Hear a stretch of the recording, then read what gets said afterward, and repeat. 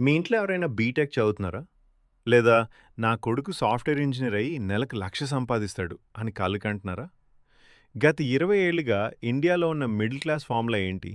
Engineering plus campus placement సమానం life settled. కానీ 2026లో ఆ డిగ్రీ పట్టాకి విలువ లేదు. ఎందుకంటే ఇప్పుడు జరుగుతున్నది జాబ్ ఇంటర్వ్యూ కాదు, సర్వైవల్ వార్. మనుషుల మధ్య పోటీ అయిపోయింది. ఇప్పుడు పోటీ మనిషి వర్సెస్ మెషిన్. నిజం చెప్పాలంటే ఆ ప్లేస్‌మెంట్ అనే పదం త్వరలోనే హిస్టరీలో కలిసిపోబోతోంది. ఇప్పుడు మనం చూస్తున్నది చాట్ జీపీటీ కాలం కాదు. అది పాతది. ఇప్పుడు మనం ఎజెంటిక్ ఏఐ యుగంలో ఉన్నాం. మీరు డెవిన్ ఏఐ గురించి విన్నారా? దీన్ని the first AI software engineer అంటారు.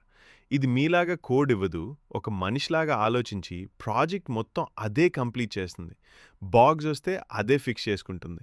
అలాగే ఆంథ్రోపిక్ క్లాడ్ మరియు పాలంటీర్ వంటి టెక్నాలజీలు ఇప్పుడు ఎంటర్ప్రైజ్ లెవెల్‌లో దిగిపోయాయి. నిజం చెప్పాలంటే ఒక 2 ఇయర్స్ ఎక్స్‌పీరియన్స్ ఉన్న సాఫ్ట్‌వేర్ ఇంజినీర్ చేసే పనిని ఈ డెవిన్ లేదా పాలంటీర్ సాఫ్ట్‌వేర్స్ కేవలం నిమిషాల్లో చేస్తున్నాయి.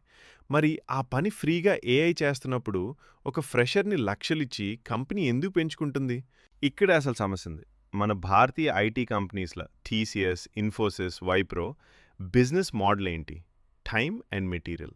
అంటే గంటల లెక్కన అమెరికా క్లయింట్స్ దగ్గర డబ్బులు తీసుకోవటం.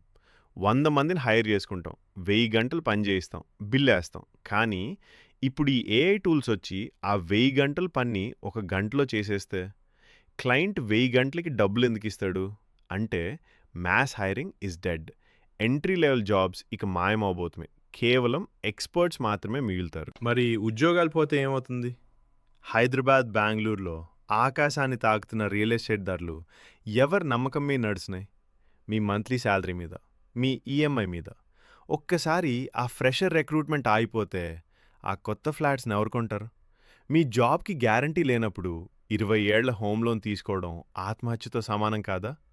గుర్తుపెట్టుకోండి, రాబోయేది కేవలం జాబ్ క్రైసిస్ కాదు. అది ఒక మిడిల్ క్లాస్ ఫైనాన్షియల్ క్రైసిస్. భయపెట్టడం నా ఉద్దేశం కాదు. హెచ్చరించడం నా బాధ్యత. మరి దీనికి సొల్యూషన్ ఏంటి? మీరు కేవలం ఎంప్లాయీగా మిగిలిపోతే మిమ్మల్ని ఎవ్వరూ కాపాడలేరు. మీరు యాసెట్ బిల్డర్‌గా మారాలి. మీ జీతం మీద ఆధారపడకుండా పాసివ్ ఇన్‌కమ్‌ని ఎలా సృష్టించుకోవాలి? జీరో ఇన్వెస్ట్‌మెంట్‌తో డిజిటల్ యాసెట్స్‌ని ఎలా బిల్డ్ చేయాలి అనే దాని మీద నేను రాసిన step by step blue print, the middle class exit plan. ఇందులో నేను నా సొంత సీక్రెట్ స్ట్రాటజీస్‌ని షేర్ చేశాను. ఇది కేవలం పుస్తకం కాదు. ఇది మీ లే ఆఫ్ ప్రొటెక్షన్ ప్లాన్. ఈ రోజే మీ ఎగ్జిట్ ప్లాన్‌ని స్టార్ట్ చేయండి. లింక్ కింద డిస్క్రిప్షన్ మరియు పిన్ కమెంట్‌లో ఉంది. గుర్తుపెట్టుకోండి, జీతం అనేది మత్తుమందు లాంటిది. దానికి బానిస అవ్వకండి. మీరు చూసింది ఈకనామిక్ హిస్టరీ. ఈ వీడియో మీకు విలువైన సమాచారాన్ని ఇచ్చిందని అనుకుంటే మర్చిపోవద్దు. సబ్స్క్రైబ్ చేయండి, లైక్ అండ్ షేర్ చేయండి. మనం నెక్స్ట్ వీడియోలో కలుద్దాం.